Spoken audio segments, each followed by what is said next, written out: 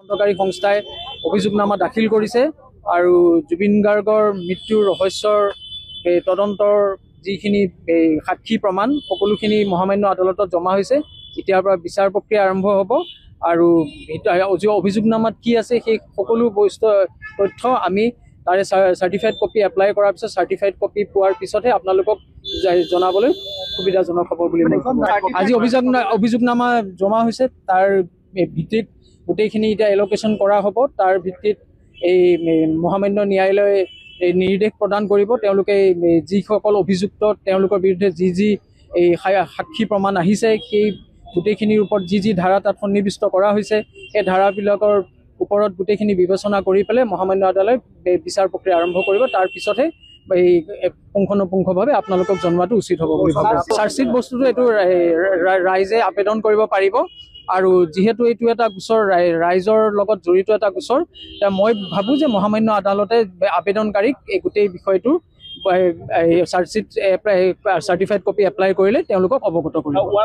যিহেতু 103 ধাৰাটো নতুন BNSৰ হত্যাৰ যিটো গোচৰ এই ধাৰা হত্যাৰ যিটো যদি গোচৰটো তাত ৰুজু হৈ আছে তেতিয়াহ'লে তাৰ সেই প্ৰক্ৰিয়াটো সেই ধৰণেই হ'ব আৰু সেইটো যিহেতু জামিনবিহীন এটা ধাৰা তাই সেই প্ৰক্ৰিয়াটো সেই ধৰণে আগবাঢ়িব।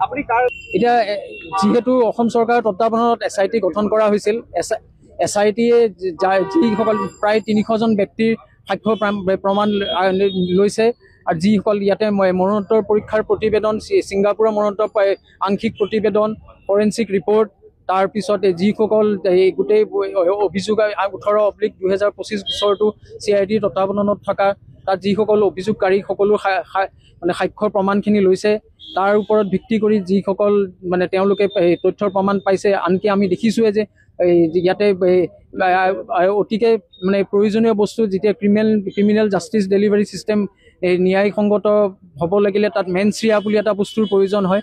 মেনশ্ৰিয়া অৰ্থাৎ মটিভ, ইয়াতে মটিভটো বিচৰা যাব যদি কাৰোবাৰ প্ৰতি কিবা কৰা হয়।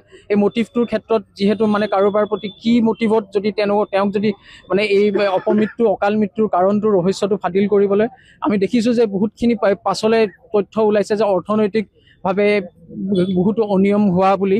এই অৰ্থনৈতিক অনিয়মবিলাকৰ যি তথ্য প্ৰমাণ তেওঁলোকে আনকি আমি দেখিছোঁ যে SIT বিহু কমিটিসকলকো মাতিছে যে তেওঁলোকৰ পৰা তথ্য প্ৰমাণ যুগুত কৰিবলৈ। আমি ভাবোঁ যে পুংখানুপুংখভাৱে তেওঁলোকে গোটেইখিনি দিশ সামৰি পেলাই অভিযোগনামাখন দাখিল কৰিছে।